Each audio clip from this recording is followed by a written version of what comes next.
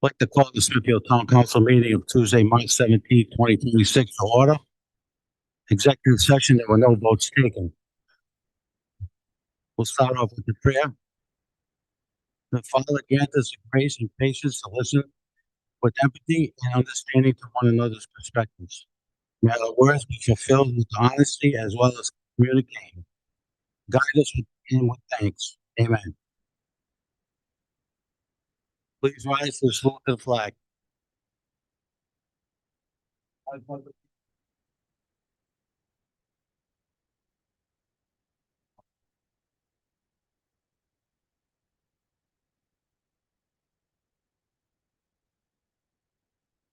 Please remain standing for a moment of silence for one of our Board of Canvassers members who passed away unexpectedly, Jim Ornberg.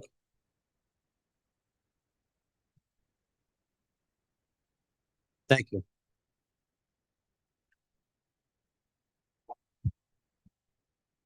Number 4, emergency evacuation health notification. In the event there's a reason to evacuate the council chambers, there are 2 exits. One to my right, where you see the exit sign, that'll bring you out to the side of the building. The other exit is the very rear of the council chambers, where you see the exit sign. As you go out that door, there's a stairwell to your right that leads you out to the front of the building. If there should be an emergency, please do not use the elevator. Ladies' room and men's room directly out the rear exit. Men's room is to the right. 3 steps up on the left is the ladies' room. Thank you, Mr. Manager. Hopefully there's nothing going on in the town of Smithfield today because it looks like we got the whole police force in. That being said, we're going to be swearing in ceremony for police department officers Andrew Barton, Angel Dela Cruz, Luke Hopton, and K-9 Officer Baxter. Gentlemen, can you stand? Where's the dog? Okay. Is he standing? He's over there.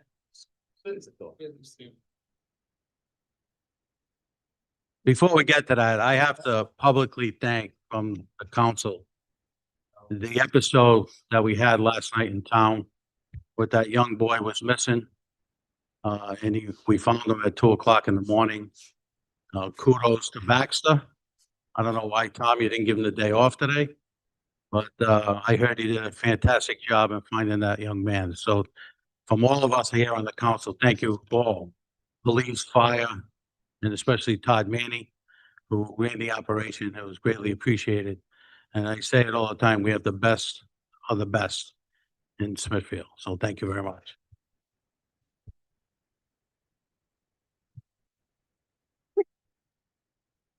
First officer to be sworn in is Andrew Barton.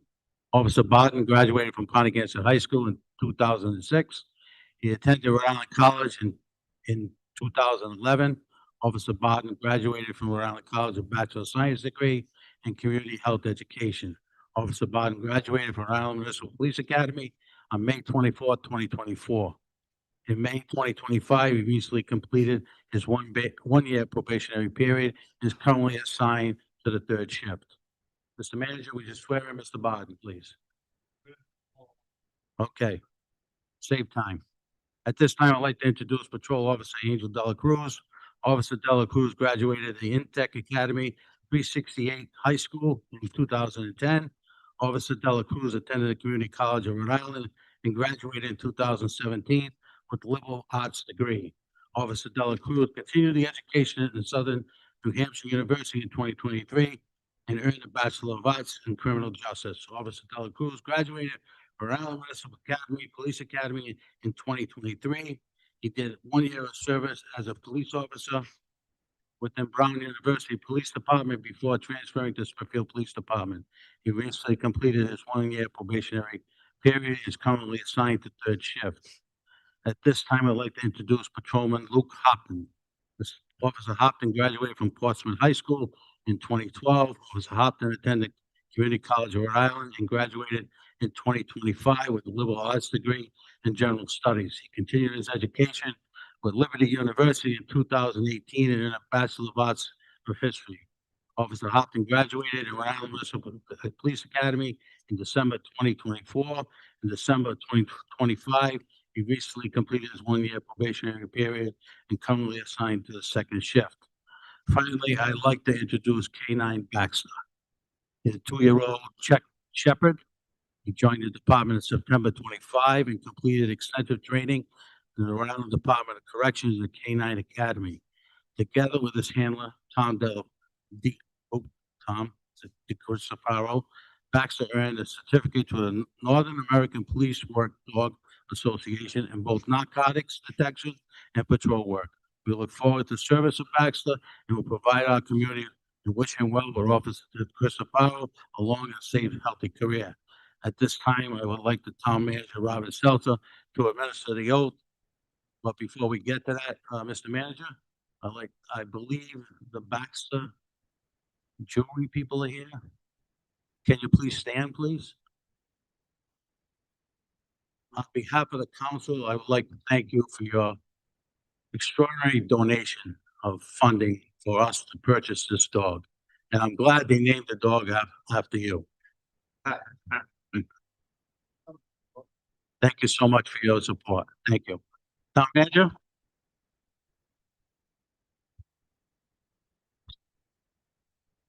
If we may remind you.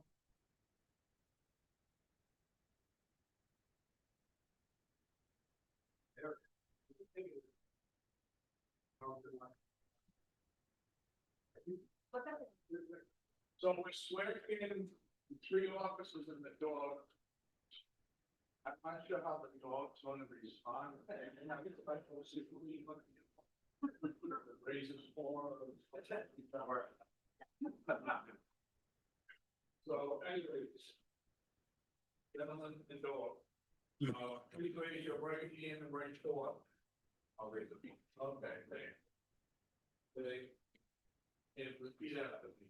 I state your name. I, solemnly swear.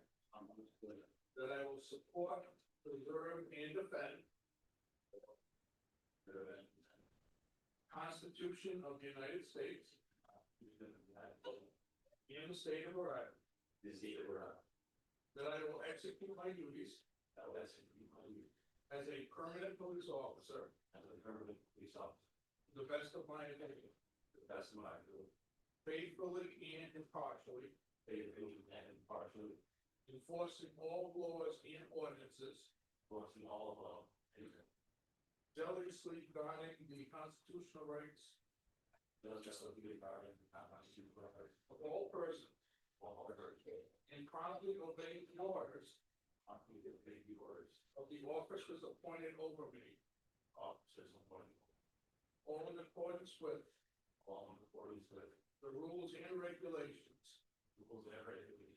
Of the Smithfield Police Department. So help me God. Congratulations.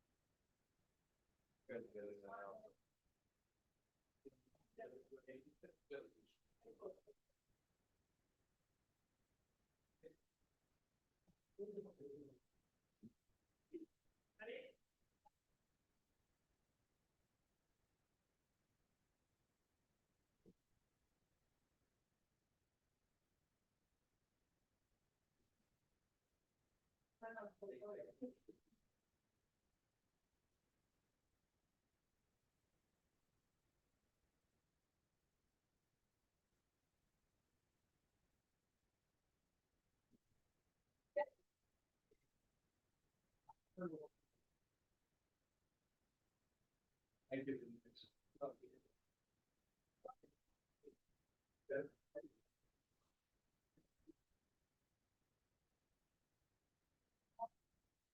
hit the street, hit the street.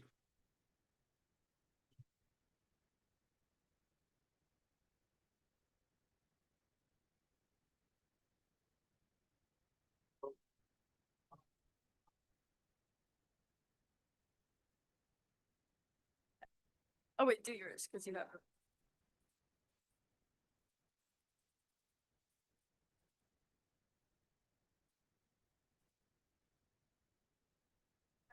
Down, so we can, like that. We should make sure that, can you, is it tall enough for you? That's good, yeah. We're around the same page. What was the kind of? Oh, that's good. Look at our thing. Slideshow's up there. This is good. I know, I was gonna say, why are there so many? 10,000. That's 10,000, I think just Kaya, no one else. buy, 10,000 for train, Karen Francis. 20,000. Oh, wait, is it on? So No. the lady that did the police thing up at Bryant, Is it working? she gave Are the you other gonna like 10 turn it for on? train. Is it turned on? Testing. You have to be close to it. And we cover, Oh, cover the vet bill, Karen the Francis. food, Wait, I'm trying. no, there's something else that's in there. Okay, yeah. It's in their budget. Each one, we kind of like introduced it, like the event was like hot topics and then like parents night out and stuff like that. Yeah, wait, when we switch people, that's when. Yeah, so I'll stand to one side and when we switch. But yeah, I'll look at you. How do I help this? Hello, everyone. Hello, everyone. At least we're get a proper introduction. Hello. Hey. Yes. Oh, and I was like, one. Do not do it. She can't be able to talk. It's gonna be like.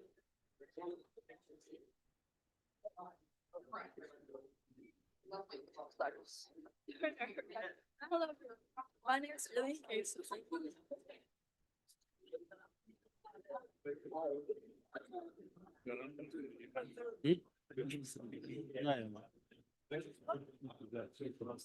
Wife's teeth. Fucking lipstick. Wait, wait, no.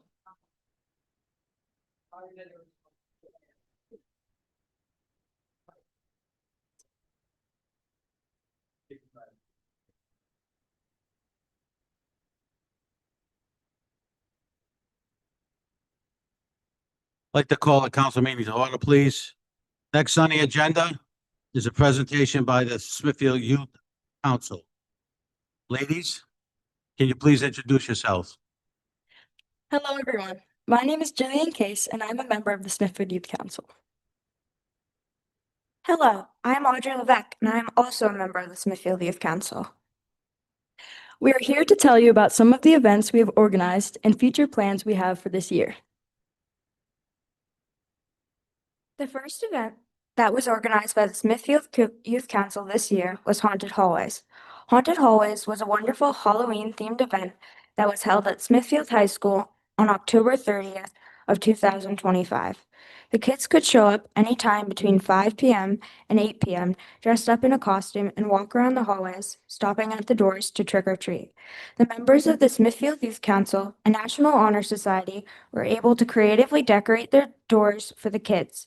All of the doors were unique and had different themes like Willy Wonka, crayons, Monsters Inc., and many other things. In the cafeteria, there were many crafts like paper pumpkin painting, food, fake tattoos, and music. We are very happy we were able to hold this event again this year and hope to continue doing it in future years. We recently held the Parents' Night Out event on February 27th. This event was a night for parents to drop their kids off at the neighborhood center for a few hours to have some free time for themselves. Thanks to the incredible planning and creativity of our members, we were able to do many fun games and activities with the kids. Some examples are painting, slime making, board games, coloring, and Just Dance. They got to experiment with the slime and art and talk to each other while coloring. Some snacks were provided too, like chips, pizza, and popcorn, as well as water and juice boxes. We were sure to check if the children had allergies beforehand. We all got to bond with the kids while still having some fun for ourselves too. Towards the end of the event, we watched a movie and let kids have fun before being picked up. Overall, this event was very successful. We had 23 kids show up and we raised $230. We hope we can hold this event again sometime.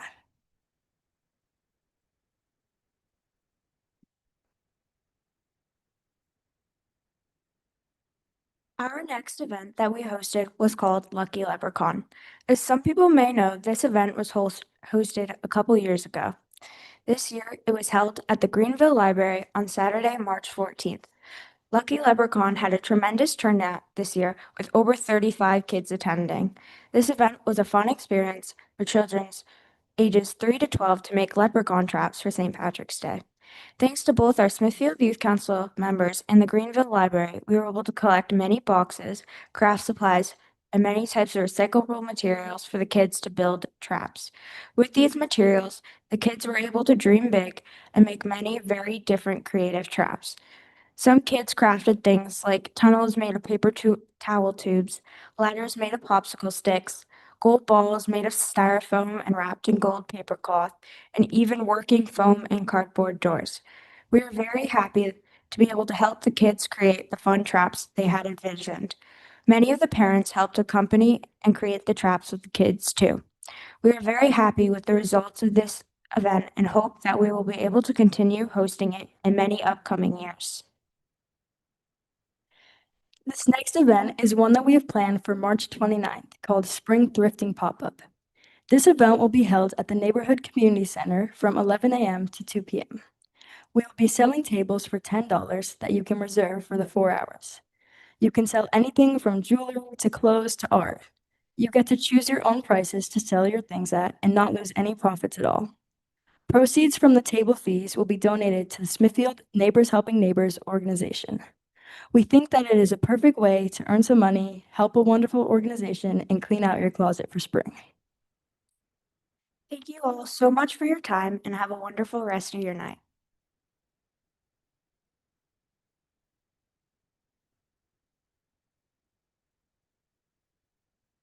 Thank you, ladies. Any questions from the council? Okay.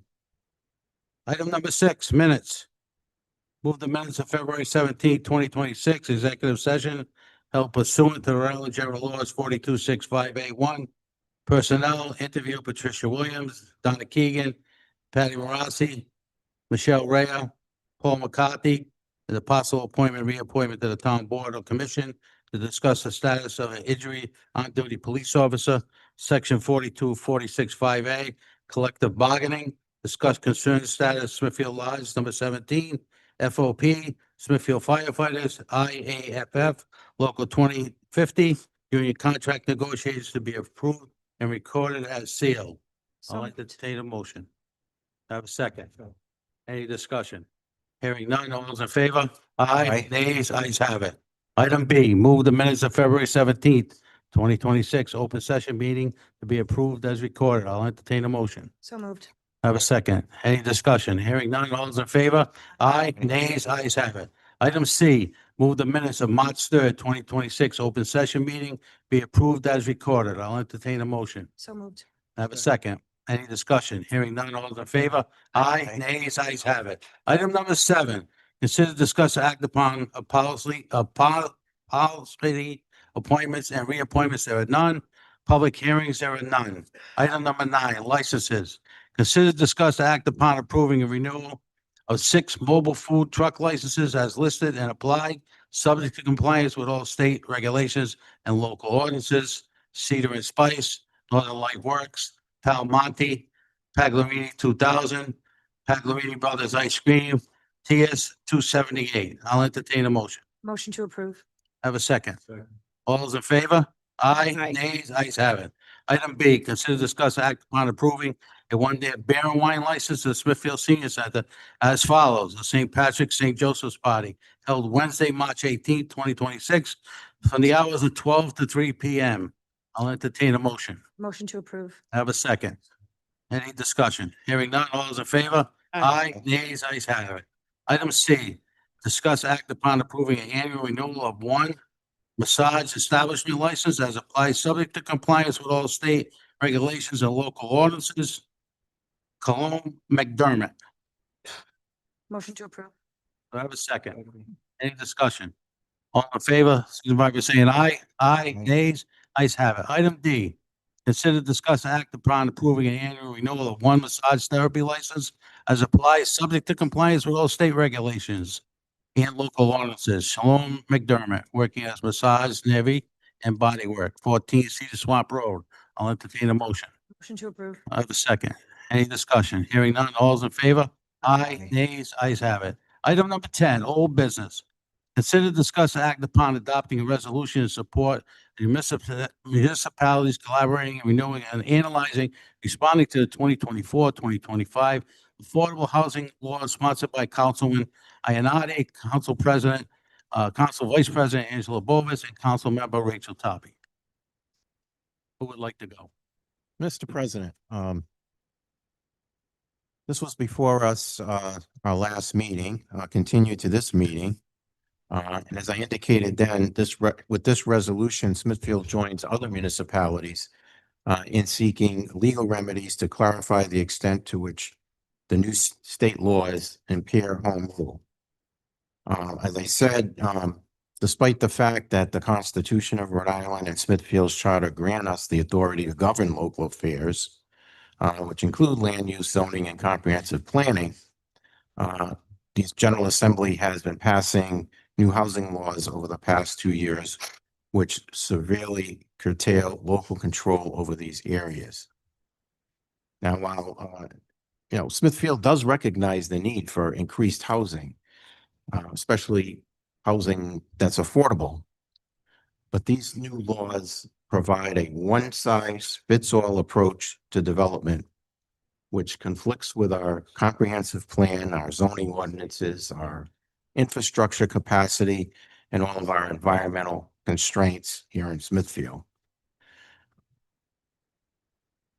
So pending legal clarification with this resolution, we urge the planning and zoning boards to exercise caution and heightened scrutiny in reviewing applications that are submitted under the comprehensive permitting statute, and we call upon the General Assembly and state agencies to work collaboratively with municipalities to amend or interpret the housing laws so as to preserve local planning and so as to respect the character of each individual community.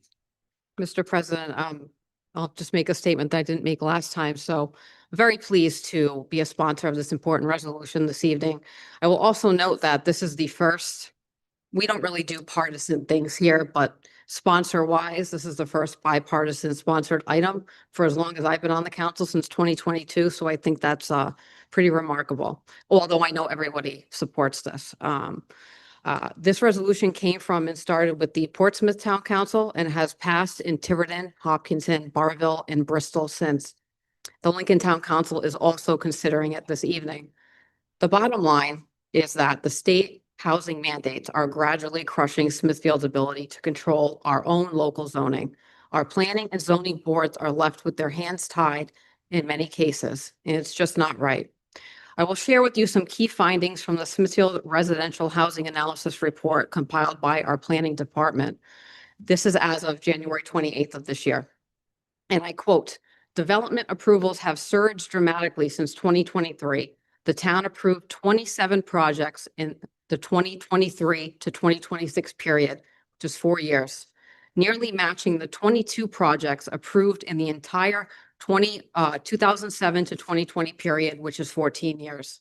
This represents a 123% increase in the approval rate. 2025 was a record year, with 12 projects approved in 2025 alone. This represents the highest single year approval count in recent town history, and that's a direct quote from the report. The report also tells us that 20 projects or 524 units have been approved, but have not been started yet. Further, 12 projects or approximately 270 units are currently under construction. The concerns about the consequences of high-density developments is easily the #1 issue in town, as it is with, I would say, the majority of towns in the state. These include an influx of traffic and traffic safety issues, overcrowded schools, local flooding, and strain on infrastructure. All of this has in some way negatively affected the quality of life for Smithfield residents. Yet the state is still trying to find ways to override our local zoning and jam more high-density housing down our throats. Meanwhile, we don't even know if and how the town will handle the 794 units that have not been completed and what the effects will be. This resolution does not mean we are anti-development or anti-housing that is affordable. I think most of, if not all of us, believe in smart growth that respects Smithfield families, preserves our town's character, protects our natural environment and quality of life. It is way past due that cities and towns take a stand against these one-size-fits-all state mandates, and this resolution is a good step in that direction. What we want is to have rightful control over our own future. We want to maintain control over our own local zoning. The people of Smithfield know what is best for Smithfield. Thank you. And I would like to point out that we have Mr. Larry Fitzmaurice here from Portsmouth. He's one of the initiators of this, and he'll be speaking to us. So thank you for making the trek over here as well. Thank you. Larry, would you like to get up?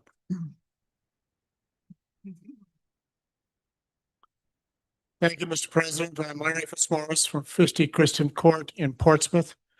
I'm president of the Portsmouth Concerned Citizens. So I should say that I don't have any imperator to speak for the council. Mr. David Gleason, who is vice president of the council, coordinates in Portsmouth on this matter, but he has a meeting and sends his regrets. So I would like to add a few things. Many of the things I would have spoken to have already been covered. I agree that these matters are not partisan. In council in Portsmouth, we have 7 members. It was unanimous vote. We have 4 Republicans, 1 independent, and 2 Democrats. It was bipartisan in Tiverton and Hopkinton as well. So it's a good point. I think all members of council, when they take a good look at this business, they can come up with different conclusions, but their concerns are that we're gradually losing control over local zoning. And in this case, it's all one rush. The state assembly in 2024 and 2025 passed over 30 bills governing all of this. And that should be understood because that's hard to manage, that number of bills, because nobody really knows what they mean. And as I think most of you understand, the real meaning to zoning code gets defined in the courts to a great degree. So we really don't know what a lot of this means, and we really don't know how to administer it. In Portsmouth, for our planning board about a month ago, a project that came forward, and it was a 3-story residential building. And the owner or the developer presented a list of 35 variances. The planning board didn't challenge any of them and felt that they had no authority left to reject any of them. So they took all of them. And so they're now on the docket. They're now on the list of things that they have authority to do. And again, these are all changes to the existing zoning code. So another point I would make is that one of the things that's being lost here is the council's ability to make changes to the zoning code itself. As you know, the zoning code has been in the control of local government for many years in the state. And these laws remove control over those things from you and our council as well. Now, all through the state, that is a major change, because when citizens want to protect their property rights, they have 2 places to go: the planning board and the zoning board, or the town council to try and get it changed. Those options are now gone.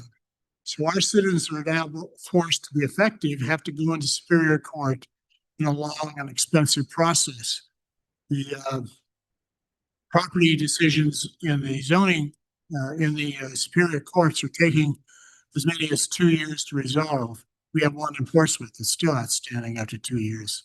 So this is a real problem. Our citizens are losing not their rights, but their ability to apply those rights, their rights to property. And there's another item I would point out. When the Assembly put this series of bills together, they did not consult with any municipal governments that we can identify. So they didn't talk to them about all the problems that were outlined here tonight by the council. All the watershed problems, the traffic problems, none of that was evaluated. A little bit on wastewater, but not much.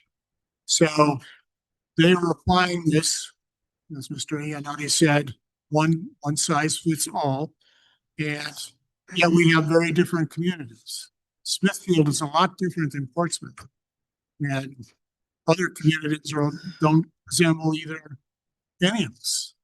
Like Little Compton is an unusual place. And so that's a problem. And we don't like these bills because of one of the things that they do, although maybe not intended, and that is they are precedent for future assembly changes to local powers of local government. If they get away with this, and it's now on the law books, they get away with this, that opens up an opportunity to virtually seize control of all of it that they don't already control. So that's a problem. And the precedent is a real problem we're concerned about. Let me say what the signatories to this thing, this proposal that I call the Portsmouth Resolution and its accompanying joint municipal agreement. What it does is it provides a vehicle for everybody to get together. And it's the councils, it is you members of council that will make these decisions and we'll get together and make those decisions about when to go to court, who leads on this matter in terms of the attorneys, and the dates when we do it. And so that's important for all of you to understand that this is a organization of equals, if I may use that term. So that's the way it will be administered. And again, we have an attorney, a solicitor, Gio Ticcione, who is going to coordinate this. And we have a solicitor, a litigator, Joe Larissa, who is an experienced litigator. But again, you guys will be picking the solicitors. So in any case, this is something that is now being considered in a number of different communities. We were in Cumberland last night, and we went to Narragansett and a number of other communities as well, and Middletown. But it is widespread in the states, in this state, and of course, it is among the rural communities. Cities don't have any dog in this fight. We do. Cities have already met all these requirements, but setbacks and all the rest of it has been changed. But the residential communities do not. The rural communities do not. So this is where we're headed, and hopefully we can gain some forbearance as we are successful in court. But the key issue turns in court on whether or not these laws violate Article 13 of the state constitution, which is the Home Rule Charter, as pointed out. That's all I really have to say. Is there any questions? I just have a couple of questions, Larry, and thank you for returning my text messages today. Quite welcome. It was brought to the council last meeting that there already is something filed in court. Is that accurate? No, not in this matter. Okay.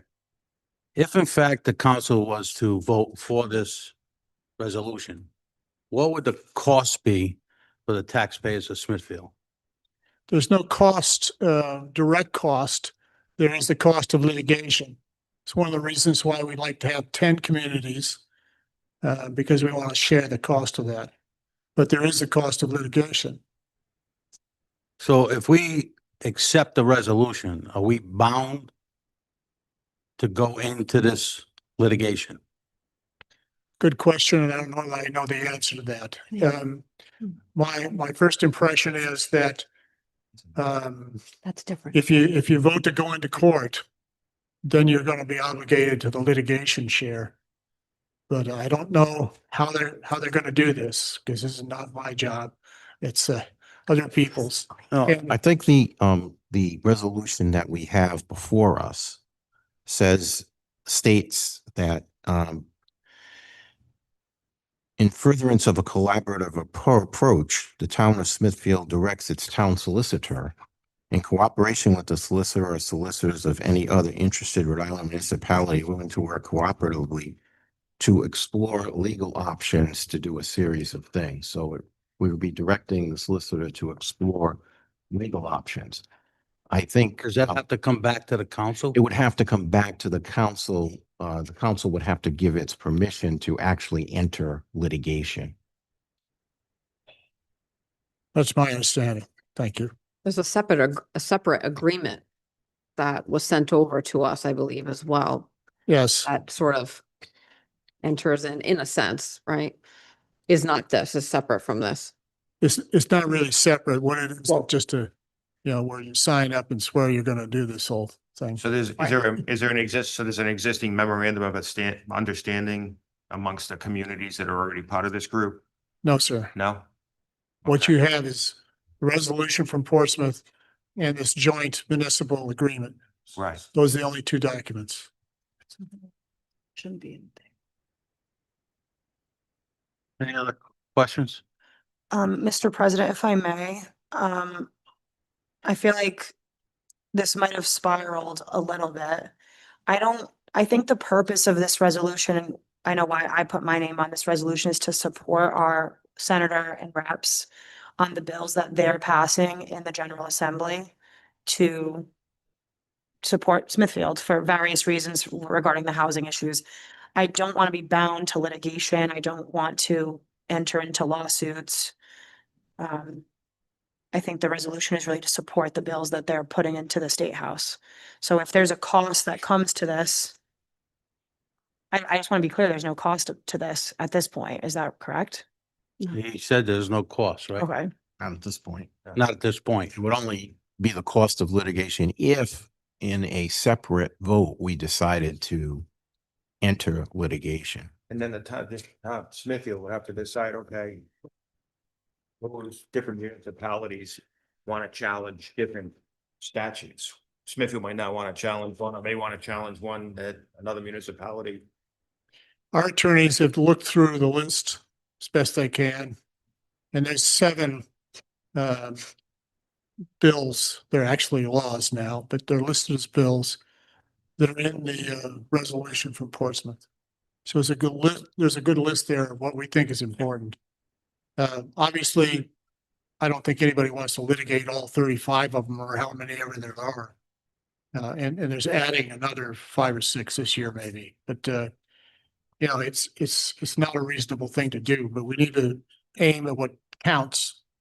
And in the summary, there's a short summary underneath each one of those references that says what we're objecting to. I think at this point too, there is a cost to us. Yes. The cost is paying this guy over here to coordinate with all the other cities and towns. So there is a cost. I'm more inclined, to be honest with you, to support the next maybe 7 or 8 pieces of legislation that Rep. Constantino, Rep. Santucci, and Senator DeCoyan put in, as we have on the agenda to support their bills. I just hate to see something happen where the town of Smithfield is on the hook for, I'll just use this, because he doesn't get paid much. Yeah, look.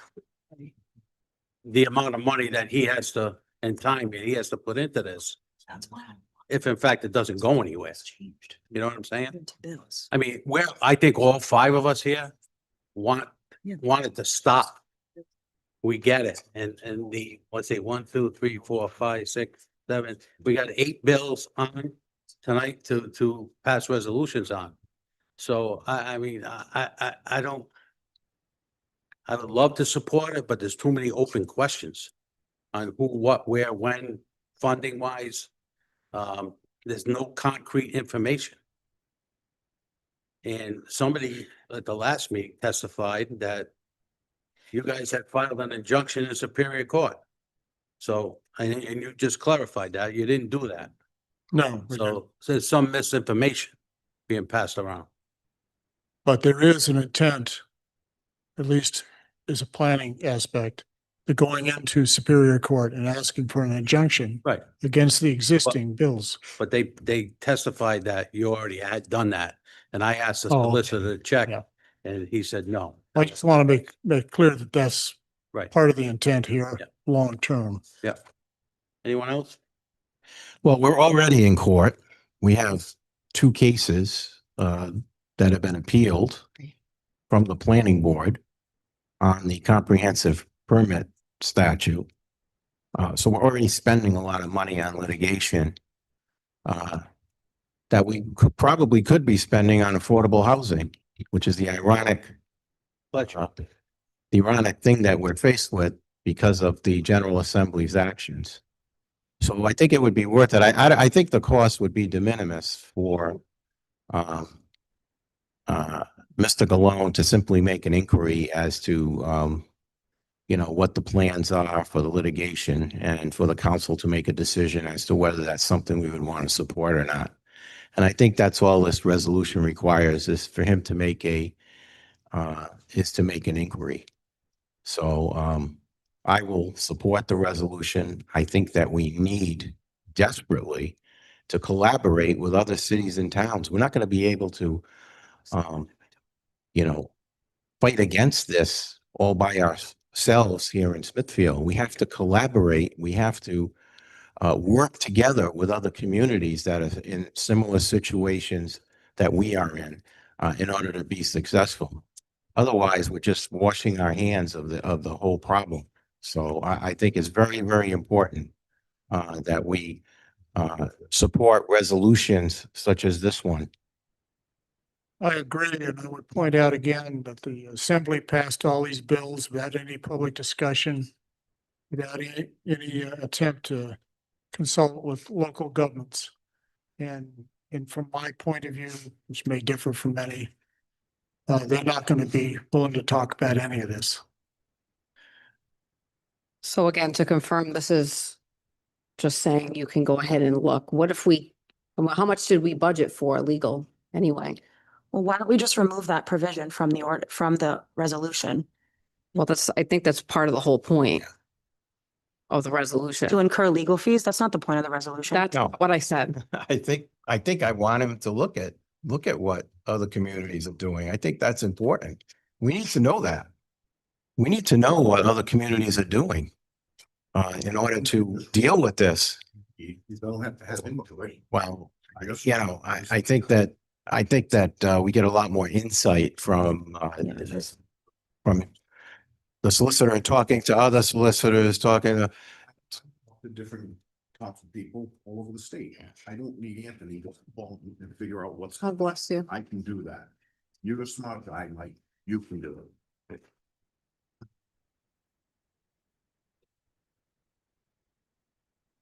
I mean, there's a lot of residents here, so I don't know if anyone wants to, not to put pressure on you guys or anything, but I mean, there's a lot of support for it. Thank you, Larry. Thank you very much, Mr. President. Anyone else? Thank like to you. Speak on it? Mr. Boutelet.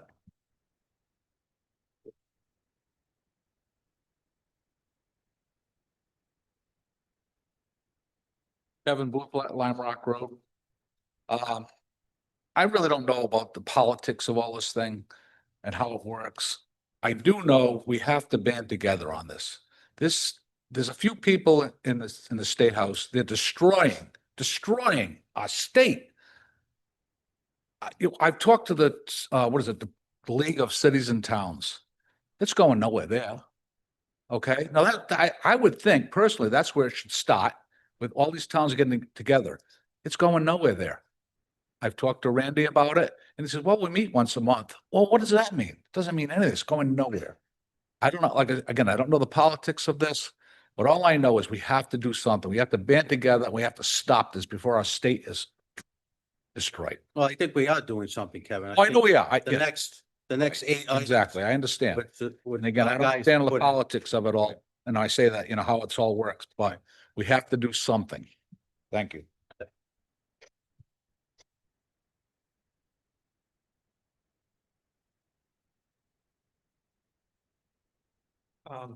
I'd just like to remind people that there, Can you state your name, please? Mike Gilmain, Swan Road. I just want to remind people that there have been, Shikarshi, when he published the new slate of 9 bills this year, said he's already put out 60 in the last 5 years to address housing. So if we don't say anything now, what's going to happen next year? These bills are not solving the problem. It's just going to get worse and worse and worse. And if we don't stand up, it's just going to continue more bills, more stuff. It's going to end up taking everything away from us. That's where it's going at this point, is they're just trying to do more and more without realizing that what they're doing isn't working. And they don't have that insight, so we have to give it to them somehow. And by passing this resolution, I think that's a good pointer in that direction for them. Thank you. At the Mail 75 Whipple Road. The truth will prevail. 75 Whipple Road. The truth will prevail. Whether you want to hear it or not, you can handle the truth. At the beginning, Freedom Trail, I'm going to the source of the Constitution of the United States of America. Forget politics. The Freedom Trail in Boston, you've all done. When you see the pictures, how our forefathers are kneeling at the chair, they're inspired by the Holy Spirit, for those who know what's going on for real, the depth. They're asking a direction, how to write a constitution. A constitution was inspired by the Bible. That being said, it's a Judeo-Christian country. That being said, in Micah, in the Christian Bible, or whatever Bible, every man under his own vine. These people in the State House, and I won't mention what they're about, are going too far. They're wrecking the country, and it's not about housing. It's about chaos. They want to instill chaos. I don't know where the money's coming from for them. I would ask the solicitor to find out, in conjunction, like this young man said, how much is it gonna be? Maybe it isn't that much, President. I don't know how much, but if we don't spend the money to fight these people, I'm trying to hold my tongue, what I really want to say, we're in trouble. And the world's falling apart and burning anyway. We got to fight this to preserve those beautiful kids that came up and told us what's going on, our future people. We can't let these people who live different lifestyles run the family unit and override us and steamroll us, Mount Pleasant, the steamrollers football team. You got to stop them now. We got to invest the money. The solicitor has to find out in a collaborative format of 10 or so rural areas, what is the cost going to be? They've got to be stopped. They can't come out with bills that no one's even read. Like this young man said, they're passing bills nobody even understands. It's got to stop. We got to go by the Constitution of America. And if you go by the Constitution, and if you know the truth, you know that the Constitution was inspired by the Holy Spirit, and in Micah, every man under his own vine. We're not supposed to be crowded like cows in a pen or pigs in a pen. Amen. Praise Jesus. If I may, there's one whereas, there's several whereases on this resolution. One says, whereas, the last one, the coordinated action of municipalities is necessary to ensure that statewide housing objectives are pursued in a manner that is lawful, balanced, and respectful of local governance. They are not being pursued in that manner right now, and that's the point. This is probably the biggest threat that this community has faced to our way of life, to the character of this community. And I can't understand for the life of me why members of this council would not be willing to spend a couple of $1,000s to look into collaborating with other communities to try to deal with this. I just can't, I just can't understand it. Anyone else? Doctor? Mark Clark, 100 Clark Road. As a business owner and a 20-year resident of Smithfield, I just wanted to say thank you for allowing me the time to speak. I didn't realize it was this much of a bipartisan issue, so I'm probably just speaking to the chorus with respect to some of the points I wanted to point out. There's a reason why I moved here 20 years ago, the character of the town, the demographics of the town. Realistically, Smithfield today is not going to be Smithfield in 20 years. Smithfield 20 years ago is not what Smithfield is today. Towns change. But we have to look at some of the realities that we're dealing with now. The schools are they're maximized. We've got them at capacity. Route 44 is becoming the Bald Hill Road of the north part of the state, and I'm not sure where that's going to be in 20 years. I'm not a planning board member. I don't have expertise or experience in that area, but I would ask that those who are and do have expertise in that area are carefully weighing out our options and making sure that we're not making hasty decisions or not addressing things that should be addressed in a timely manner. We went through great effort to prevent quite a large development from coming about in Lime Rock recently, and the board of planning and the council seem to be very helpful in that, and I'm hoping that they can transmit that same enthusiasm toward the larger picture of what we're doing with the city or the town going forward. From what I can see, we as Councilwoman has pointed out earlier, we're really on a fast track to becoming something that we haven't been. I believe she quoted 120% increase in development, and we have to ask ourselves, do we want that? There will be development, there will be expansion, but at what point is it going to be detrimental rather than just the natural evolution of what the town is becoming? So basically, what I would ask is that those in power carefully think about turning down the spigot a little bit and maybe slowing down some of the development. With respect to the possible funds that have to be spent to manage this problem, I do hear what Councilor Beauvais is saying. It could cost some money, but everything costs money, and there's the cost now and there's a cost later. So if we're sidestepping a minimum cost and later, we're going to be incurring a maximum cost later.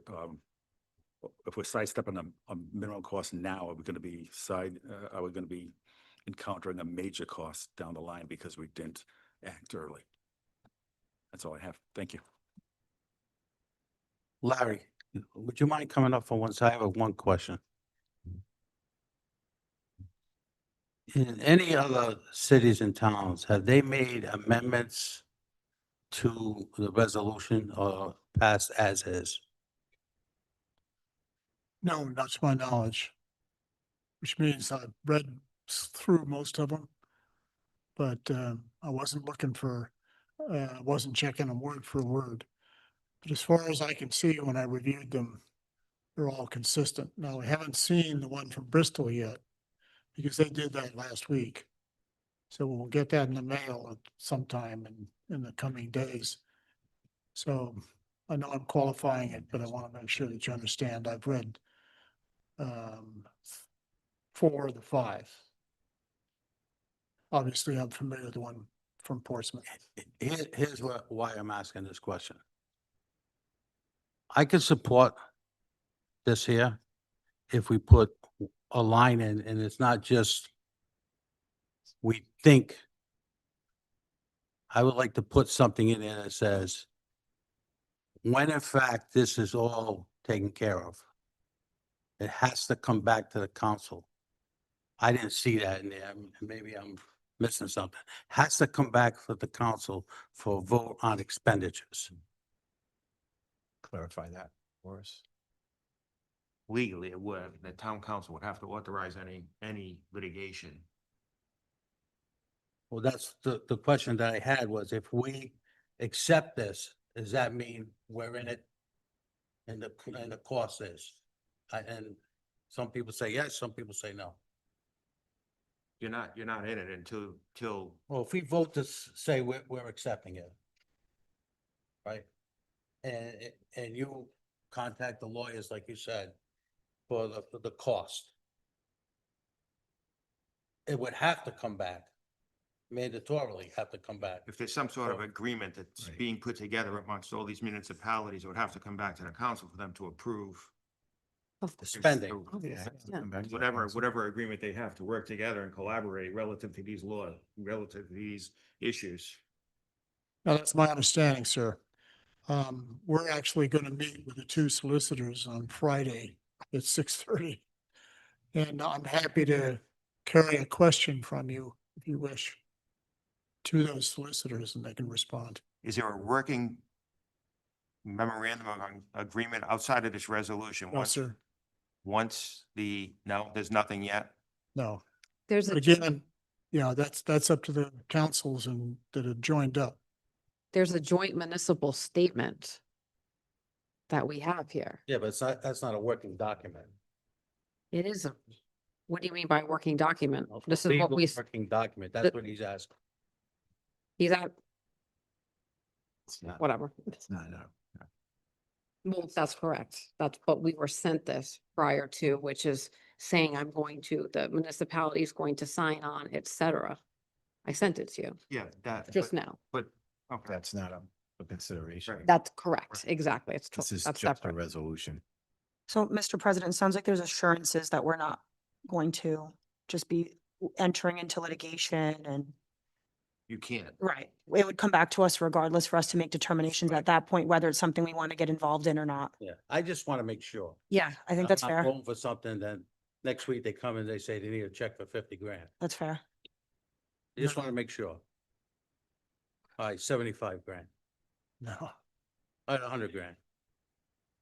they will have trouble from me if they do that. So I will tell you, Yes, sir. we had a situation where a bunch of municipalities participated in a continuing contracts litigation that it worked its way through the court system, and now a bunch of the municipalities withdrew from the litigation, so there's no pending case right now. But what happened was while that case was pending, every municipality, they divvied up costs and responsibilities amongst every municipality. So it was broken down. So on a monthly basis, obviously, this was active litigation and there was discovery involved. So it's pretty expensive. However, when it was divided up amongst the municipalities, obviously it greatly reduced everybody's expense. And they were using that. I mean, that was a piece of litigation that the municipalities thought was worthwhile to fight. Because of the impact on municipal budgets. So that's how I envision this would work. If there was something that the respective councils agreed needed to be challenged, it'd go back to the respective councils. They'd have to vote on whether or not they want to participate, and there would be a cost breakdown. Well, I will only point to the collaborative statement that this is expected to be a collaborative effort by all those councils who vote to join. And that's implicit in there is that you have some control over where the process goes. Now, we are obviously in a situation here which could develop along a number of different lines. And so there has to be some flexibility there for the councils. And that's written into the document as I understand it to be. Okay. Thank you. You're welcome.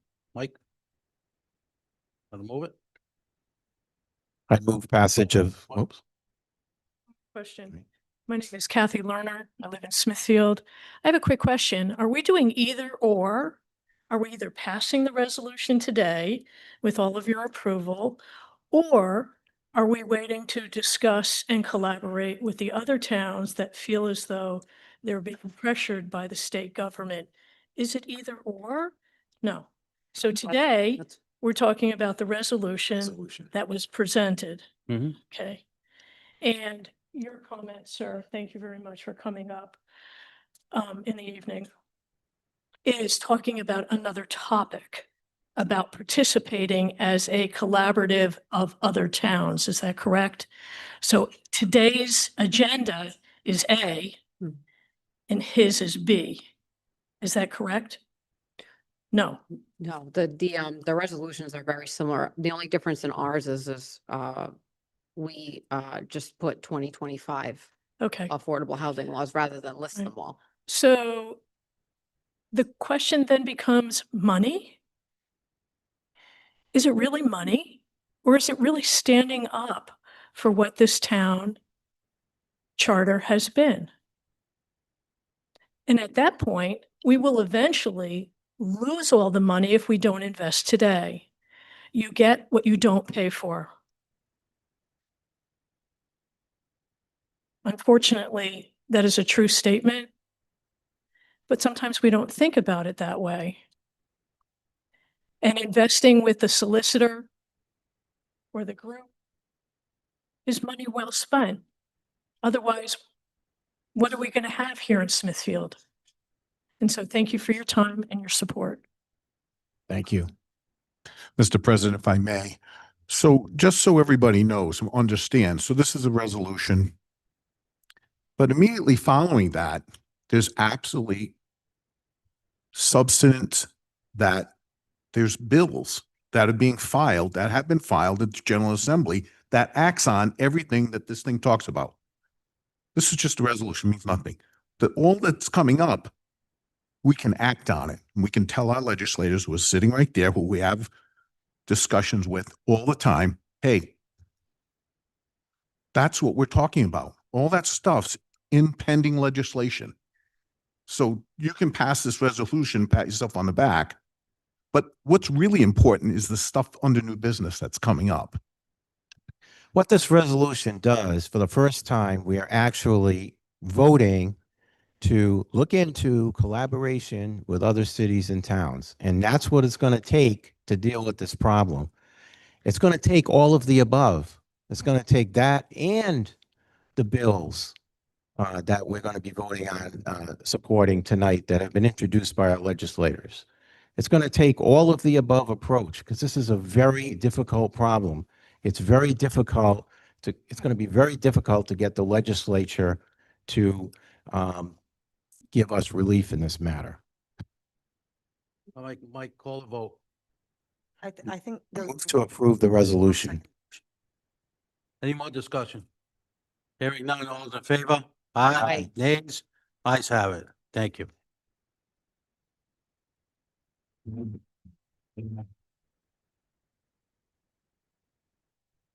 Number 11, new business. Consider to discuss the act upon adopting a resolution in support of the House Bill 7659 and Senate Bill 2421 relating to submitting inclusionary zoning in ordinances for comprehensive permit applications. Any discussion? If not, I'll entertain a motion. motion to approve unless our local legislators wanted to say something, but I don't know if they do. Don't you want to say something? Yeah, I just I wrote these bills, they're companion bills, so it's really one bill. And I asked Senator Takoyan and Representative Santucci and Representative Costantino to introduce them and support them. Basically, these bills, H7659 and S2421, would provide an alternative to the comprehensive permitting process, which allows large density housing bonuses when a percentage of the units to be built Quiet, please. consists of at least 25% low and moderate income housing. So these bills would allow municipalities that have not met the 10% affordability requirement, such as Smithfield, to choose to adopt inclusionary zoning with the one-to-one inclusionary zoning instead of the comprehensive permitting process. Inclusionary zoning has a one-to-one affordable to market density bonus. The inclusionary zoning ordinance would have to require at least 50% of housing units be low and moderate income. How this would work, for example, last year, a 218 unit project on 38 acres was proposed in Smithfield, and that was proposed under the comprehensive permitting statute. Being proposed under that statute, density bonuses were large, 9 units per buildable acre, because it was a 50% low and moderate income proposal. Even though the property was located in a 2-acre zone. Absent the density bonuses, under our regular zoning, only 19 units would have been allowed. So if this bill passes and is enacted, and then Smithfield enacted a 50% inclusionary zoning ordinance, only 9 of the 19 units allowed would have to be affordable. And the developer would receive a 9-unit density bonus. So that's a total of 28 units as compared to 218 units being allowed. So we would still be making progress and we'd still be committed to affordability on housing, but we would not have these huge, gigantic projects being dropped on us. And the purpose, of course, what we're looking for is to gain greater control over the size and location of these giant developments that threaten to completely overwhelm the infrastructure of our municipalities. And at the same time, we can still put a reasonable amount of affordable units. And that's what this bill does. I'll entertain a motion. Motion to approve. Do I have a second? Second. Any discussion? Hearing none, all in favor? Aye. Aye. Nays, ayes have it. Item B, consider discuss act upon resolution to support House Bill 8281, Senate Bill 2895 relating to density bonuses. Motion to approve. I have a second. Any discussion? Hearing none, all in favor? Aye. Aye. Nays, ayes have it. Item C, consider discuss act upon adopting a resolution to support. To be amended. There was a grammatical error that I caught. That was the one that needs to be, I don't know if Donna was supposed to send it to us. No, corrected something. And they didn't make it in the packet though. Well, it's corrected on your copy. Should we just amend the motion? Just a couple words missing. As In here. corrected. As amended. Motion to approve as amended. Do I have a second? Any discussion? All in favor? Aye. Aye. Nays, ayes have it. Item number C, He wants to speak on it. Do you guys want to speak on B?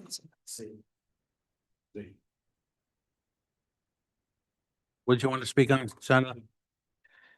Thank you, Mr. President, members of the town council. Looking at item C, I think there may be an error.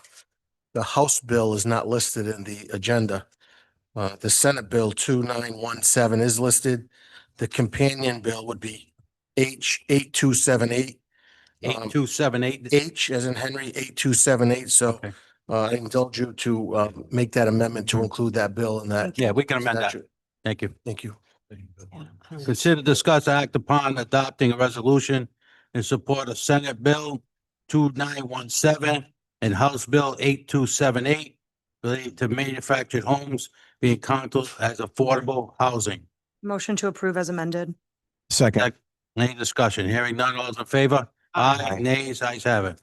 Item D, consider discuss act upon adopting a resolution in support of House Bill 8279 and Senate Bill 2914 related to moratorium comprehensive permit applications. Move to pass. Second. Any discussion? Hearing none, all those in favor? Aye. Aye. Nays, ayes have it. Item E, consider discuss act upon adopting a resolution in support of House Bill 8280 Senate Bill 2915 relating to comprehensive permit parking requirements. Motion to approve. Second. There were some amendments to this. All your amendments were put on, as amended. As amended. Okay, Well, right, they didn't, Yep. yeah. thank you. Motion to approve as amended. Second. Second. All in favor? Aye. Aye, nays, ayes have it. Senator Coyne, Representative Santucci, and Representative Constantino. Thank you, Mr. President. With your permission, just a few remarks. Floor is yours. Thank you. I'd like to really thank the members of the council for their support of these resolutions. And to let you also know that your representatives in the General Assembly communicate with every member of this town council. And those bills that have been introduced in 24 and 25, we collaboratively, all unanimously talk amongst our colleagues, the council, and we voted against all those bills that adversely affect suburban towns like Smithfield and erode the control of zoning and planning. We feel as though that these bills will be an opportunity to return that control specifically to the town of Smithfield. And there's probably half a dozen communities that are joining us in that pursuit. So from my perspective, from the Senate, I can't thank you enough for these resolutions. It'll be very helpful down at the State House. So I think on behalf of the town council, I want to thank all three working together and try to hold back the landslide that's happening. And obviously, this is going to be a battle for the next couple of years. You know, and I want to thank you. I want to thank Representative Santucci and Representative Constantino for all your hard work. And I know it's not easy. Been there, done that. It's not easy when you're one of 35 and one of 75. Yeah, right. It's not easy, but you know, we all love this town and it's worth the fight. And that's what we're down there to do. So Thank you so much. Thank you. Thank you. For your hard work. Representative. Thank you, Council President, members of the council. My only addition to what Senator Jacoyan had mentioned is an opinion piece that was in the paper by Scott Millar, who is a land use planner and a former DEM scientist. And he discusses at length that Rhode Island must encourage responsible housing development. And I couldn't underscore that enough. It's critical that we get this right. So I thank you. And as Senator Jacoyan said, the three of us are unified at the State House with our other colleagues. Thank you. Thank you. Thank you. Thank you. Representative Constantino. Yeah, I'm just passing out the four bills to everyone, Okay. so they can take a look at it. All right. Don't pass out. What's that? I'm Don't sorry. pass out. No, but I'm just passing out the bills so they can take a look, take Thank it you. home. Thank you. Take a look at the legislation that we submitted. Well, thank you for all your hard work. Thank you. Thank you.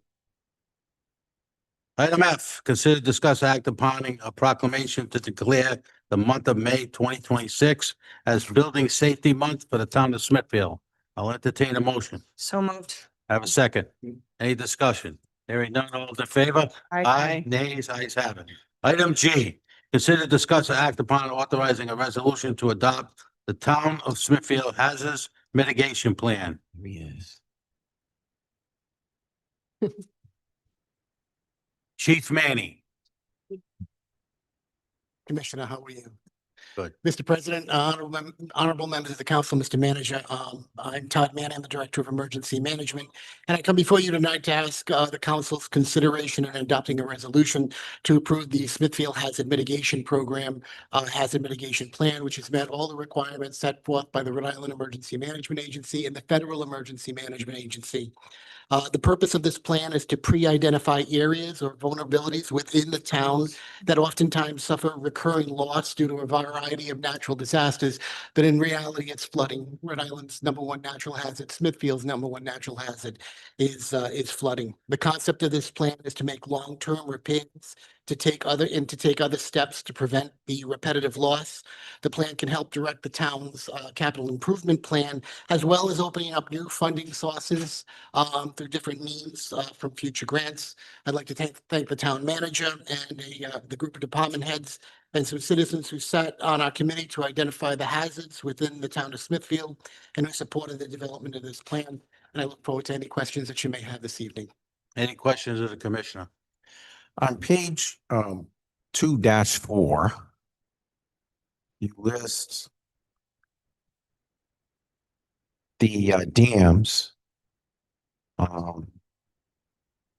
You have two high hazard, you have 8 high hazard dams and 2 significant hazard dams. We do. Now, 2 out of the 8 high hazard dams are in the category of being unsafe. And 2 out of the significant ones are also in the unsafe category. So I can tell which ones they are in the significant because there are only 2 in total. They are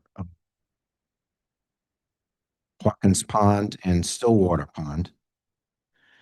But I don't know by looking at this which of the high hazard dams are in unsafe category. Can you tell us which ones those are? So I'm going to double check on that and get back to the council, but I believe it's Waterman's Lake. Based on their last, we're in the process of getting all of those updated reports now from the inspectors and from the engineers. And I just want to make sure that we're accurate in that. I will, if you wouldn't mind, I can get back to the council with that updated information because we are still waiting for that information. But there's 2 that like I said, I don't want to speak out of turn. I just want to wait for those engineering reports. And and then there are mitigation remedies in here. So if we have unsafe dams, what are we generally going to do about them? The mitigation remedies are to repair the dams or to look at those dams and see if there's anything else that we can do for flood control with those dams. A lot of those dams that we have, and I'll use Waterman's Lake and the Lower Sprague Reservoir, for example, that may be in that unsafe category. These are old dams. These are dams that were built in well before the Civil War for a purpose that they no longer have. So, when we look at dams and looking forward with dams, we have the recreational piece to the dams, but we also have to look at it from the threat and the hazard that dams present to us. Our thought and our process is always to find opportunities to repair those dams, to maintain those dams, but there's not with holding water for recreational purposes might not be the only purpose for those dams, especially when they begin to fail. Now, we also have privately owned dams. Yes, sir. Majority of our dams are privately owned in the town of Smithfield. So we work with all of our high hazard dam owners and our significant hazard dam owners in the town to develop a emergency action plan for the event of a potential failure. The 2 dams that the town of Smithfield own, the Georgeville Pond Dam and also the Upper Sprague Reservoir Dam. Those are municipally owned dams.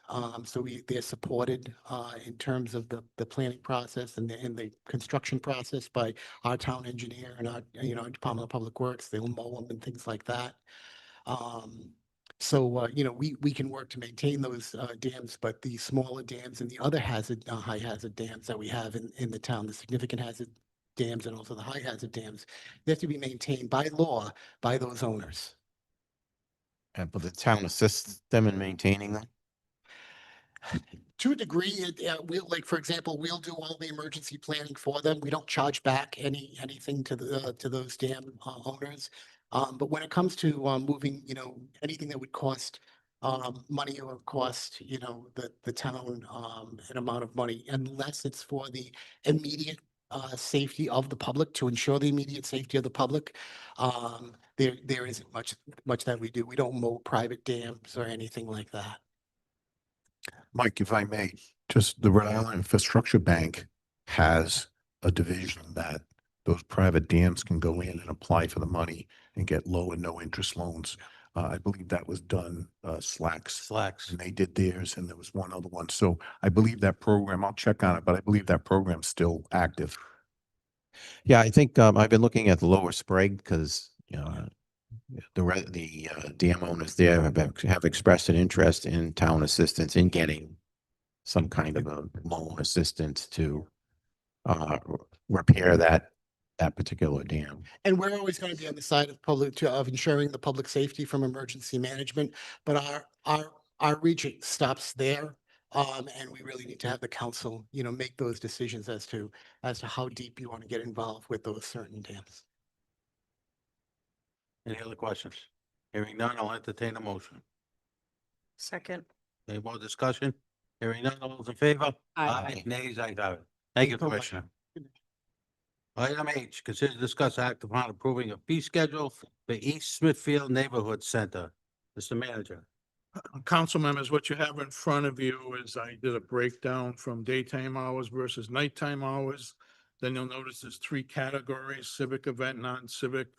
And then we end up with groups in town that are part of our town structure and fabric of our town that aren't necessarily a nonprofit. So I kind of treated them more like the more in the middle, so that we're not charging as much as if somebody, a profitable organization, were to come in. I mean, I'm open to any suggestions. I think these are fairly reasonable, but it's wide open. This pretty much should cover any of our costs, because sometimes there will be a need for somebody to be there to keep the building open. Other times there won't. So, but you'll see for all the civic events, it's free.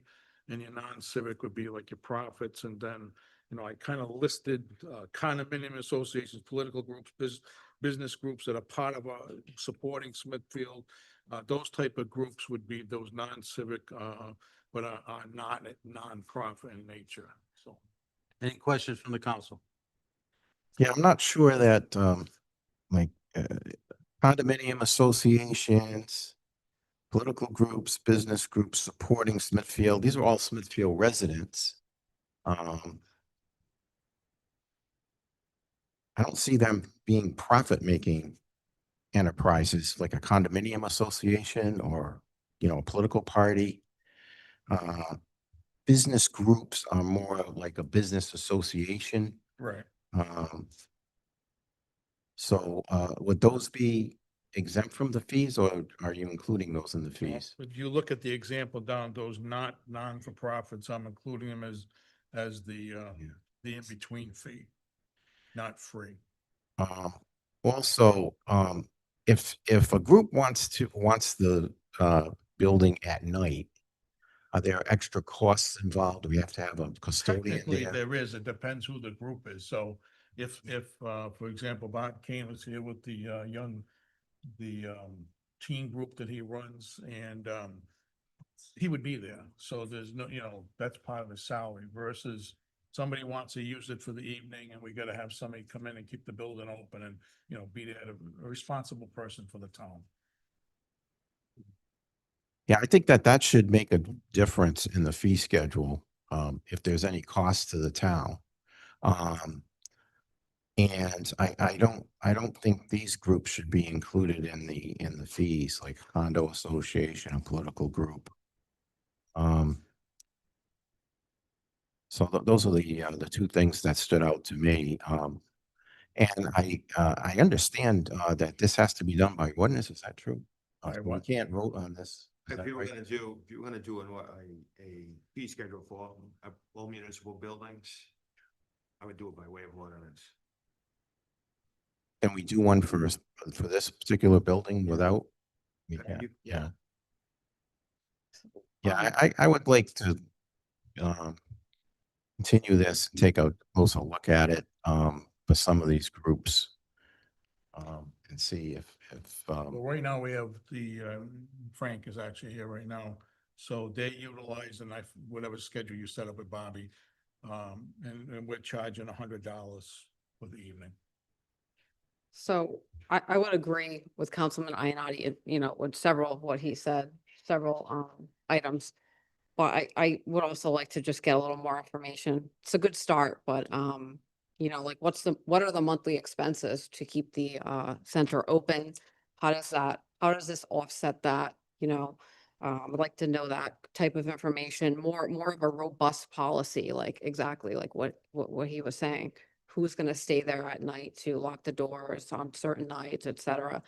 And yeah, I totally am opposed to condo associations, political groups, or any other business groups in Smithfield, having to pay. I mean, they're all taxpayers. And trust me, they're losing profit. They're not making profit. Well, So- I think the political group may be an issue. Why do you say that? I think you gotta be careful with political groups and what they do and where they're at. So there So- could be a potential issue with that. So what if we just wrote in, the current political groups and just wrote them right out? Republican Town Committee, Democratic Town Committee. There's only two, as far as I know. There's no other. Whatever you wanna do is fine. I mean, it's up to you guys as a council. I just think that that's a little bit of a gray area. Did you, was there, how did you come up with the number, the $100? Well, I figured if we had to Oh. pay somebody to be there, we have electric costs, we have heating costs, wear and tear on the building. What would maybe a reasonable rate that, you know, people would be happy with and will cover some of our expenses. Yeah, it would be good to know what those costs are in relation to, you know, how much this would offset that. That's Well, I what I don't would think want we to have know. a lot of real good costs for that building yet, because we're just partially open, so. At the moment, that's what we're using at the moment, so we can do an estimate. It's been open for a few months, hasn't it, at least? I know It's not officially open. It's been open for use we've had exercise groups in there. We've had meetings in there, the Republican Town Committee. The official opening will be coming up soon. Right. And we're No. working with Tri-County for education purposes too, and they're getting ready to go in as well. So why don't we do this? Why don't we do a spreadsheet on costs compared to charges, and then at the next meeting, we'll do a vote.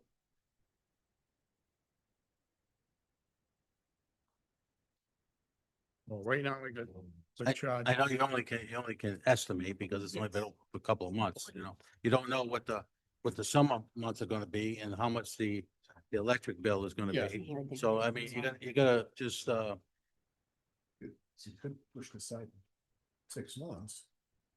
Not, I mean, you know, and then we could have all the. They'll take a few. yeah, oh, yeah. Say, hey, here's what's going on. But- Yeah, you can do it now, but it's a guess. But if you want data, maybe you should say, let's put this on an agenda 6 months out and say, here's what it's. The other thing too is that I don't wanna do something where we're gonna keep losing money every month, you know what I mean? Because we're waiting to get data. You know, that is fine, but we can Well, do estimates. you want people to use. this Right, thing, right. Yeah. But there is. There's a cost of doing business. Is this the only building that we intend on? That's all we're Utilizing. utilizing now. We've That's it? kind of stopped the rental at the senior center because we're having too many problems with the people coming in. So it's just that building. So I did see in the code, though, that there are fee schedules for other departments, other things. So again, should this be an Why don't we just ordinance? Come up with a ordinance for a fee schedule for all of the, whatever buildings you intend on renting. If this is the only one at the current time, I would just set a fee schedule. With Overbrook, I expect we're gonna do. Same one thing, so- Yeah. But we're not ready to do that. Right. So for the time being, we could come up with a fee schedule, put it in the ordinance form, and that's it. You want to change it down the road, you change it. Okay. Yeah, but I mean, for temporary purposes, we should be able to come up with something to implement initially and then make it into an ordinance. Well, you have people utilizing it right now. Right. Right, and we're charging them right now, so. I need to know what to do here. I mean, we can't leave it non-charging forever. I mean, you gotta introduce the ordinance, you gotta have the hearing, we gotta wait 30 more days. So why don't we just do it for that building right now, and then if more buildings come online, then we do an ordinance for everything. But we should have some uniformity so that way Right. Well, we you guys have guidance as to when someone says, hey, I want to rent this, there's some uniformity. It's not just a random number, you know? 100%. Yeah. Yeah, it's just been the senior center up to this point. really. Okay. Do these mirror the senior center prices? No. They're not Or- using them anymore. No, but I Senior know, center I was understand that, but 75. are these around the same, around the They same? was $75 or something. So Is everybody okay with moving it? I mean, I'll just keep it open for free for now, but I am, We should have something, yeah. yeah, I mean, Everybody okay with I pushing mean, it to the next week? is it every? Well, we have the what's gonna information happen with every if group that's the that next wants to come meeting. in And use it? Hmm? Well, you gotta be careful how you open the door to the use of this facility. Like the school has a policy, right? You have rental fees for your gyms and auditoriums and all that stuff, so maybe we should look at what they're doing, so we mirror some of this stuff. Yeah, I'm just saying not any group can ask to use it, and so we live in town, so we wanna use it. I think Yeah, that opens the door way too much. it can't be a lost leader. That's not good. So if you put a couple of things together for next meeting and That's a good idea though, Bob. That's Check right. with the, Yeah. see what they Yeah. I'll see what the school department's done, and, okay, So I'll entertain a motion to put it on the next Well, agenda. just one question, please. Continue it. Just so the political groups are not going to be charged in the meantime. well, If we don't have we don't have a policy, so how can we really charge? I mean, both, what I mean is both. I don't mean anyone outside of that. Well, maybe the political group should make a donation if they have to have somebody come in and close the building down, and there's nobody there. And that can be a gentleman's agreement. That doesn't have to be in. Have we collected any rental fees on this thus far? I have to ask you. Nothing so far, right? 100. Well, that's what we were gonna, Well, he already paid $100. I'm not talking Or the- about this particular group, any group. no, nobody else. Responding to him. Okay. No, because Frank was the first one to ask about it, and Got it. It's only 2 weeks out. Okay, that's fine then. Only 2 weeks out. Oh, it's not like I just don't want to be Yeah. messing with precedent, but we don't really have a precedent right now. We have nothing. All right, so let's continue to the next meeting. I'll make that motion to continue to the next meeting. Thank you, Frank. Sorry. Have a second, all in favor? Aye. Nays, ayes have it. Item I, consider discuss act upon authorizing request for qualifications and architectural services to RIDE Stage 2 capital projects and RIDE Health and safety project on behalf of the school department. Good Hi, evening. Angelo. How are you? Angelo Mancucci, Smithfield Public Schools. Before you, we have a request for qualifications for capital projects following the RIDE guidelines. The reason we follow the RIDE guidelines, because we really look for maximum reimbursement from RIDE for the projects that go forward. You'll notice on these projects, we're not exceeding, they made a limit of $2.1 million. You do not need OPM services. So we just have to go with architectural services because I must submit construction documents to RIDE prior to approval. And with this timeline, obviously, I'm just asking for advertisement. With the timeline and how we procure, I would only, if everything went in accordance, it would be May 7th when an architect would be on board. And that's cutting it very close to summer projects because we still would have to hire contractors. So Great, any questions? questions on the RFQ?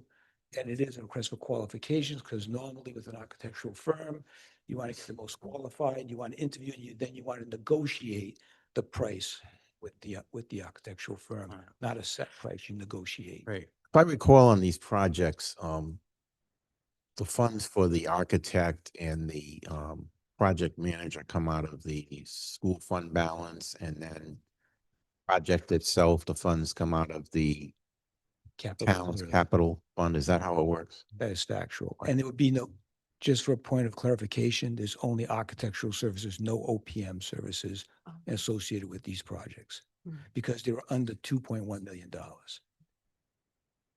Any more questions of Angelo? Hearing none, I'll entertain a motion. Do I have a second? Second. All in favor? Aye. Nays, ayes have it. Item J, consider discuss act upon approving a tax abatement in the amount of $1,554.95. I'll entertain a motion. Have a second. Second. Any discussion? Hearing none, all those in favor? Aye, Aye. nays, Aye. ayes have it. Item K, discussion of monthly grant status report. Council members, in front of you, you have, this is a work in progress, as it's gonna change, weekly, daily, monthly, so. The next step is you've got quite a few in here, and we're still working on it. And I'm gonna have, the IT director put it on the planning page, as grants. So that the planning department will have that listed, on their page on our town website, so. But what we are gonna do is that, like, nothing will ever be removed from this. So when it closes out, it'll show closed out, and you'll have a history as time goes by. Any discussion? Manager Salter, I think this is a very good start. Thank you for putting this together. The only other thing that I'd want to know, I think I said, I'm not sure, who submitted each grant? Like, I just want to get an idea of which ones are being submitted by our town departments versus our grant writer.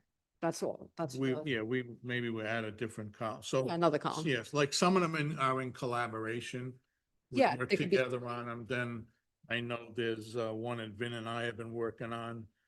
The rural health grant that we're probably gonna get, so yeah, there are different people that work on different, but I'm gonna add a column for that. That would be great. You know, Thank like you. who's assigned to it. Yeah, it's great. I didn't see the grant applications for Deerfield Park or Camp Shepherd on this. It's probably because I hadn't given them to Donna, probably. Yeah, they can be added, that's fine. Yeah, but it's, Was the grant awarded for this yet? No. Or, it's still out? they're still on. Oh, I The see. DEM Okay. Grants, DM grants. Yeah. they don't normally come out till, what is that, Tom, May? DEM grants, Usually. May, June, yeah. Public comment. Run up. State your name. Bobby Nicolopoulos, 26 Deerfield Drive, resident of Smithfield. This is going back to, this is more general on zoning and housing on the comment about the community center, and then Overbrook is eventually going to come up. There's, I guess something I'd like to ask, is there any stipulations coming in future ordinances or modifications that will protect the community center from private organizations holding the facilities hostage? I think the best example we have in town is the ice skating ring. Public skate is open for like maybe 30 minutes, if you could, even between the transitions. And I mean, as a taxpayer, we're paying considerable amount of dollars to maintain these facilities. There's depreciation that happens as well that needs to be factored into operating costs. So is there anything coming of that nature that will kind of protect outside of town private organizations from, holding these resources? Just so you understand, the ice rink is an enterprise fund, so there is no taxpayer money. It supports itself. Obviously, the other buildings are supported by taxpayer dollars. However, I think with this fee schedule, whatever we come up with, that'll be the purpose of that, the people who are part of our fabric of our community versus the other people to use it, so I help support that. So Okay. I'm not sure where you're really looking to go. Yeah, I guess, so maybe that's something for me to look up offline, or maybe send you an email to ask more about the enterprise versus That's fine. specs. But I think I was in a town hall meeting where there was a decision made on a Zamboni equipment and something like that. There was funding being applied to it. Right. So if not directly, there's indirect costs associated with that. So I guess of course, if outside organizations want to help and, pay to use our facilities and they contribute back to maintaining them, of course, we're going to say yes. But is there something that could be worked to say that the town has priority? Oh, I see rules what and you're stuff? saying. Yeah, Oh, yeah. yes. So that the town does have priority. Like if you want to book something, I'll tell you right now, if there's a town event going in the community center, East Smithfield Neighborhood Center, the town has priority.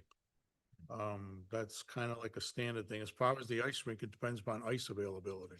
Got it. Okay. And then one last thing, just more of a positive sentiment that I wanted to express to the council. I want to say thank you to each single member here for being, working hard in unison to kind of fight this whole attack on our zoning and our ability to decide where affordable housing goes and what volume of it comes up. I know it's an interesting challenge Smithfield has, and I think the doctor that was up earlier made an interesting comment. Towns will change. It's the morphology of, a town is never static, right? It's in flux. Demographics change, the economics change, et cetera. On that, I do think an initial effort requires a united front, which I see here happening. Everybody's in agreement. The details is where we're trying to figure out, it seems like, where to attack. But I think in the initial standpoint, a broad spectrum coverage is needed. I think of this like a fist. Every finger matters, including the pinky. And I think what's happening here in council represents that. What's happening with other towns represents that. What's happening with state legislators and the town council represents that. And I just think it needs to be hit from every direction to make a statement initially. And then, once a statement is made, then maybe some more targeted, attacks. But again, thank you to the town council and of course the town solicitor for, defending our town's interests. Thank you. Thank you. Anyone else?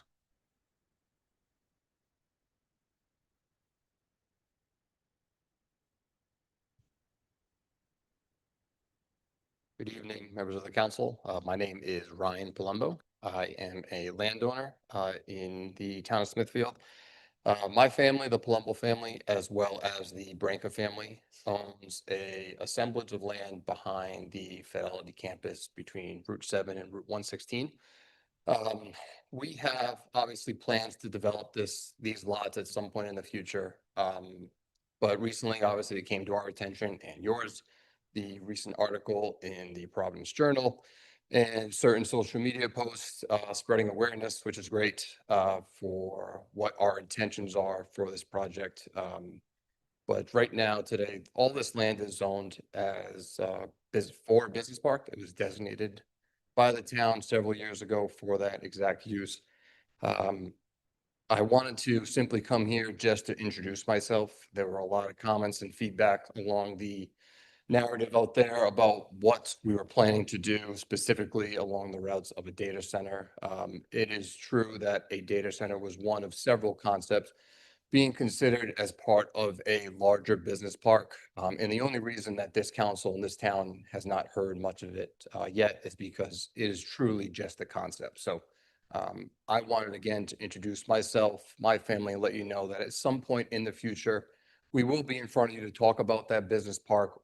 We will be straightforward and collaborate with you to the extent, there are questions prior to that being put in place. We are open to having those discussions. I think we heard some suggestions along the lines of a workshop being created. We did see the initiative in regards to I don't know if I'd call it a moratorium or a use table, creating it with the planning board for Thursday. But again, this is nothing more than me coming to introduce myself and start the process so that no one thinks that, there's something going on, there's private conversations happening. We have no commercial tenants in mind. We have no data center tenant in mind. The data center concept came up because the property itself is relatively unique, being located along a transmission corridor, being relatively set back, the zoning for the commercial industrial park that it currently sits as today. So we thought that, it might be ideal for that situation. But again, there's no anchor tenants. There's no conversations that we're having with outside third parties to come in. It's all just our own internal research as of today. So in addition to some sales tax exemptions that are being proposed at the state level right now, which is already in place by approximately 40 other states throughout the US. We are also pushing for legislation for guardrails for data center development. We recognize that it's new. We recognize that there are a lot of questions, but we recognize that this should be done responsibly. Those guardrails relate to making sure that the costs that are associated with electrical infrastructure improvements are directly attributable to the data center applicant, that in no way, shape, or form are they passed on to the ratepayer, both locally and regionally. It involves guardrails along the lines of water usage, requiring compliance reports, DEM inspections and reporting to make sure that all state regulations are followed, and several others, including financial assurances. So again, I just wanted to put a face to the name, introduce myself. I'm happy to answer any preliminary questions the council may have at this time. Again, recognizing that it's really just a floating concept right now. And I appreciate your time. No, thank you for coming up. And it's unfortunate that some of the stuff on Facebook now blows everything up out of proportion and points fingers at different individuals. That's something that we all have to deal with. Yeah. But I want to thank you for coming up and introducing yourself. And if anyone else on the council has any questions, feel free. I'll just reiterate, don't get me wrong, I think social awareness is and resident awareness is super important. Facebook and other social media. But it's got to be true. Oh, yeah, Gotta be true. it's very easy for things to spiral, Mhm. which is why I'm here to try to, Yeah. set some sort of a record straight. And I Right. want to do it responsibly. I want to collaborate with the town. And I appreciate you coming up and telling us that. May I just make a comment? Sure.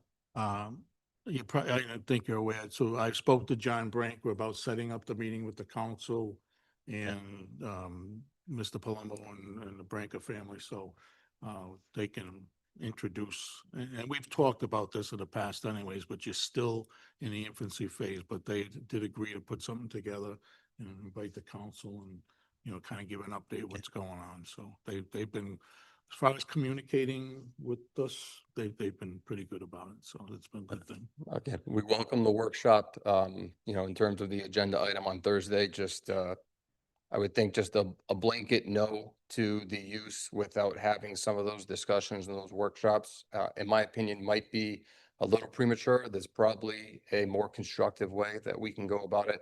And again, we're open to suggestions. We're not here to say it's got to be this way or that way. Thank you. wanna make it- Ryan, thank you for coming. I had a question. So you've obviously been in discussions with the town. What other stakeholders are you currently working with? Because I'm under the understanding that multiple other stakeholders have been involved in this for a little while. The only other stakeholders that we're working with right now for due diligence processes is the utility. One of the biggest aspects for a commercial development, not just a data center specifically, is making sure that the infrastructure and the capacity is there along those lines. So you have the transmission corridor that's there, but then you also have the regular distribution corridor that it kind of lies along Route 7 and Route 116. So that's a long, extensive process.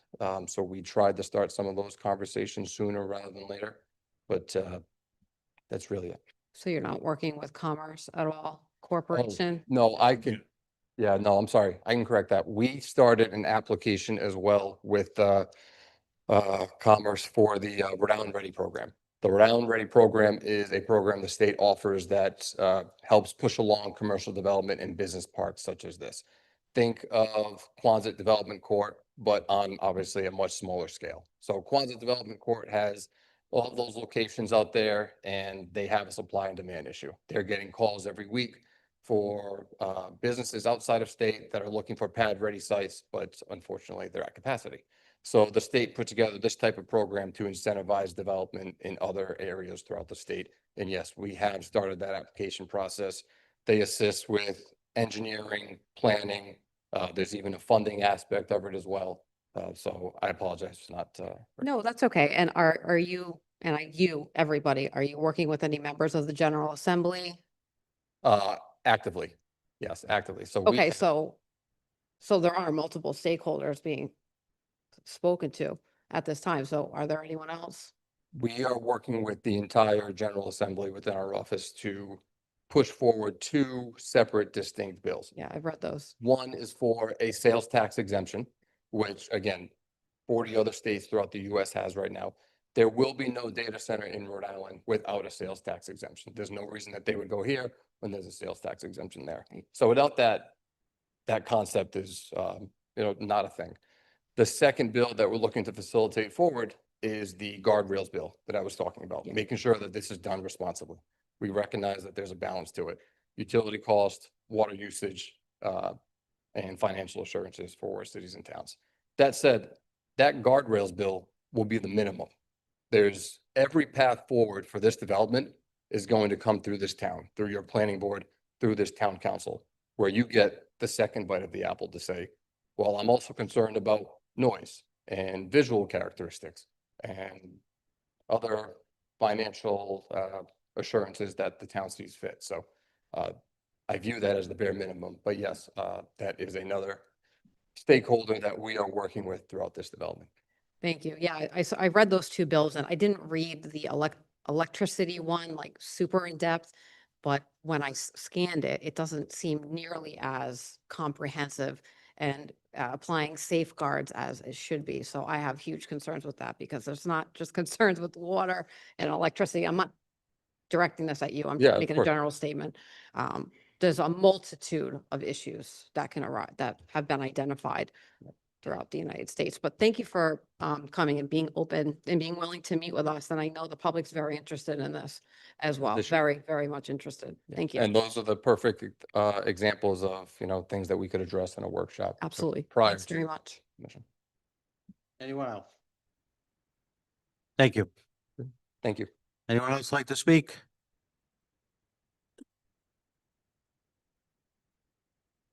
Nicholas DiCenzo, 1 Kane Road. So yeah, I just quickly wanted to say, I think the resolution was a step in the right direction.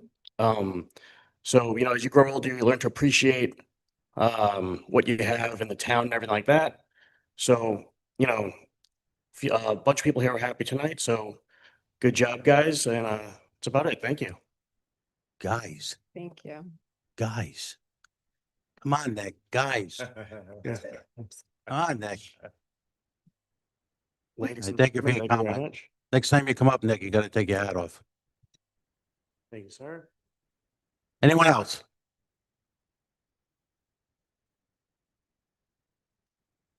Hi, my name is Thomas Costantino, 16 Totem Pole Trail. From what I recall years ago, maybe some gentlemen in this room, I believe they were part of an economic planning board division years ago. Is that correct? Economic what? I can answer that question. I'm not sure of the timeline. It was a long time ago. There was an Economic what, Tom? Planning board. I didn't hear you. Economic what? Planning board, yes, years ago. Oh, If you EDC. can recall to that. EDC. Okay. Yeah. So at that time, how many years ago was that? Well, we still have it. Yeah, but when was that incepted? No. Maybe when you were in diapers, Tom, I don't know. No, it was much after that. I was around for those talks. It was at least like 10 years ago, let's say. Rough with timelines, but I remember every conversation and face vividly. At that time, I would assume you were facing far less challenges than you are today with development, yet you set in course a very concrete plan to try to sustain the culture of Smithfield. So my question to you at that time, was there anything in place, knowing that you would be facing these challenges from the state to, basically impose upon our control of our own town? Was anything in place then and there to face these challenges and reference these things we're arguing about today?